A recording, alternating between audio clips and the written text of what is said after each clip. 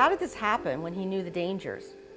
But he did, and he couldn't stop now. He craves it every day, all day, and sadly, he still struggles with it today. Donna Barlett has read this letter countless times to lawmakers across this country, hoping for change. There were so many signs, but I did not see them because I did not know what to look for. It's about her son, who became addicted to vaping as a junior in high school. He went from a straight-A student and star athlete to struggling with school and having respiratory issues. I don't want to ever have to see another parent go through seeing their son or daughter gasping for breath on a field that they used to dominate. Bartlett had no idea her son was taking used vape pens out of trash cans or bathroom stalls at school and rigging ways to recharge them. It's been illegal since 2019 for any retailer to sell any tobacco product to anyone under 21. That law includes e-cigarettes, also known as vapes. A lot of the kids are getting them illegally. I mean, you can go online and buy stuff. The simple question on the computer says, "Are you over 21?" Sure, I'll click yes. They're not going to ask. They're not going to know one way or the other, right? Bartlett is right. We were able to get through easy age verification questions on multiple websites that sell vapes. Now, some sites did stop us because they use website age checkers that verify your information against public records. But not every site does this. Some online vape sellers never even asked our age. Within seconds, we had our carts loaded and ready to pay. But what we found on social media was even more alarming. We found vapes for sale on TikTok, even though the company says the products are banned. Here's what's happening. Instead of using the word vape, which is flagged, buyers and sellers are using different language, calling them things like sensory packs or fidget toys. This TikTok seller writing, "Discreet packaging, no ID." So we started ordering. One third-party seller messaged us privately and said, "I'm so sorry that the shop was been shut down. TikTok canceled your order." Then they directed us to their website off TikTok and said our order will not get canceled for sure.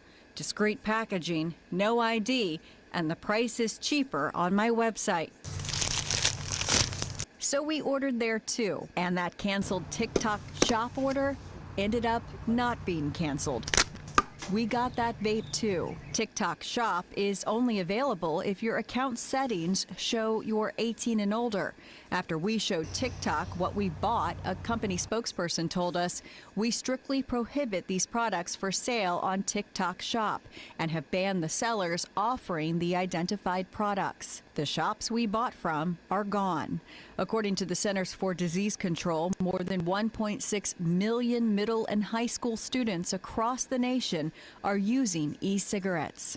Do we have an e-cigarette problem in this country when it comes to kids? Yeah, we have a significant problem. We know that there is a significant number of kids at the high school level that have the products.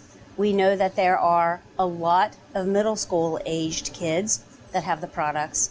And unfortunately, we're also getting products shipped to us out of the elementary schools. These boxes arrive almost daily to Dr. Michelle Peace's forensics lab at Virginia Commonwealth University. So get a box, it's got 30 or 40 products in it. They're filled with vapes confiscated from students. The student's grade level, how did the student acquire the device? At schools across Virginia. Once you have something that is that small, once you have something that is that thin, right, that could be a highlighter pen.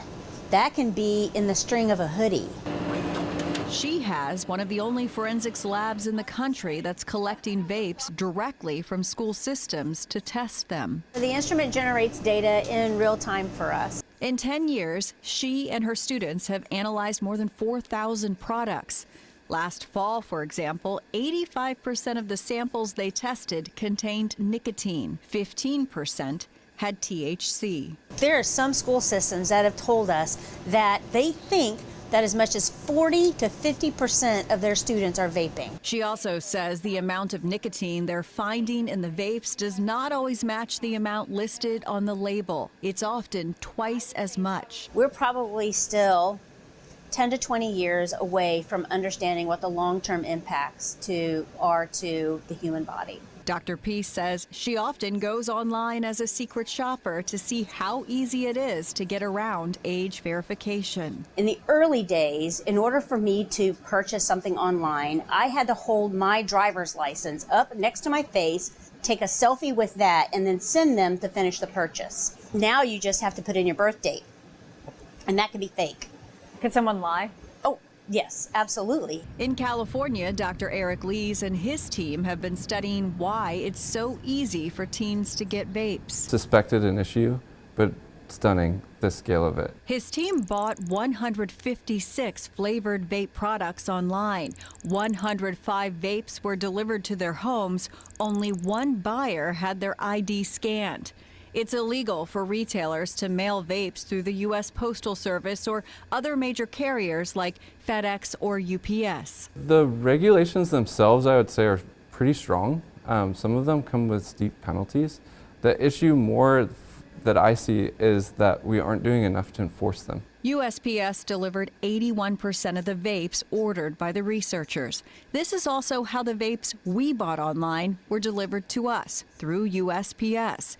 We reached out to the Postal Service about these deliveries and have not heard back. Would you recognize it just looking at it as a parent if that arrived in the mail? Would you know that's a vape? Absolutely not. I would think this is some type of toy or a gadget, or I mean, even looking at the name on the product, it tells me nothing. For 20 years, Marcy Thornhill has been mentoring teens, helping them get into college. She's warning parents the devices are now pretty, they're colorful, they're really well designed. The fruity flavors attract children. They attract young people. They taste good. They smell good. Just like we did when we were kids with lip gloss that tastes like grape. And she points out most of the products she's seen in the hands of kids are unregulated. These are products that are developed by whomever, wherever, however. We took our findings to Congressman Raja Krishnamurthy, the first congressional leader to start an investigation into what he calls the youth vaping epidemic. I think the FDA is asleep at the switch. He says illicit vapes are flooding the online market, often shipped here by foreign countries. We have to take enforcement action to clear the shelves of these illegal vapes. Only 34 vapes have been approved by the FDA to be sold to consumers. Only 34. So everything else is illegal. As for Donna, What I found out then, it truly does take a village. even as her son still struggles with vaping, she won't stop telling his story. I mean, our goal is to educate and to get to as many people as we can and get these vapes off the market for these kids. Until the smoke clears.